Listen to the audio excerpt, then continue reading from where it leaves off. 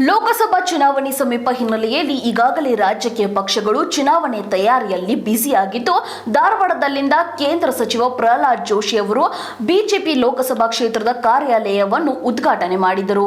ನಗರದ ಮರಾಠ ಕಾಲೋನಿಯ ಸರೂರು ಬಿಲ್ಡಿಂಗ್ ಮುಂಭಾಗದಲ್ಲಿ ಪಕ್ಷದ ಧ್ವಜ ಏರಿಸುವ ಮೂಲಕ ಕಾರ್ಯಾಲಯವನ್ನು ಕೇಂದ್ರ ಸಚಿವ ಪ್ರಹ್ಲಾದ್ ಜೋಶಿ ಅವರು ಉದ್ಘಾಟನೆ ಮಾಡಿದರು. ಬಳಿಕ ಕಾರ್ಯಾಲಯದಲ್ಲಿ ಧಾರವಾಡ ಜಿಲ್ಲಾ ಬಿಜೆಪಿ ಪ್ರಮುಖರು ಸಭೆ ಮಾಡಿದರು.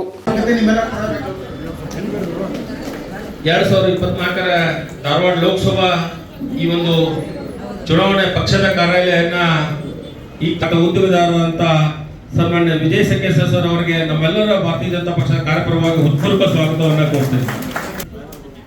ಶಂಕರ್ ಮುಗದ್ ಅವರಿಗೆ, ವಿಜಯಾನಂದ ಸೆಟ್ಟರ್ ಅವರಿಗೆ ಹಾಗೂ ಅರೋಳ ಅವರಿಗೆ ಹೃತ್ಪೂರ್ವಕವಾಗಿ ಸ್ವಾಗತವನ್ನು ಕೋರ್ತಾ ಸ್ವಾಗತಿಸ್ತೇನೆ. ಧನ್ಯವಾದಗಳು.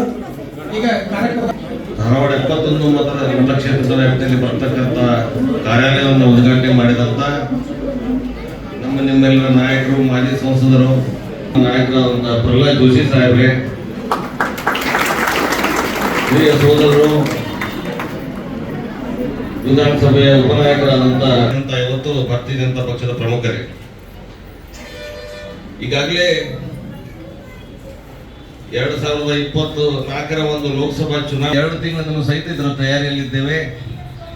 ಕ್ಷೇತ್ರದಲ್ಲಿ ಸಾಕಷ್ಟು ಕಾರ್ಯಕ್ರಮಗಳನ್ನು ಮಾಡಿದ್ದೇವೆ, ಸಂಘಟನೆ ಆಗಿದೆ. ನಾವು ಎಲ್ಲ ರೀತಿಯ ಕೆಲಸ ಕಾರ್ಯರೂಪಗಳಿಗೆ ತರಲಿಕ್ಕೆ ಅನುಕೂಲ ಆಗ್ತದೆ ಅನ್ನುವಂಥ ಮನವಿಯನ್ನು ಮಾಡಿದಾಗ ಸುನಿಲ್ ಸೊರು ಅವರು ಸ್ಥಳಾವಕಾಶವನ್ನು ಮಾಡಿಕೊಟ್ಟಿದ್ದಾರೆ. ಪ್ರಹ್ಲಾದ್ ಜೋಶಿ ಸಾಹೇಬರಿಗೆ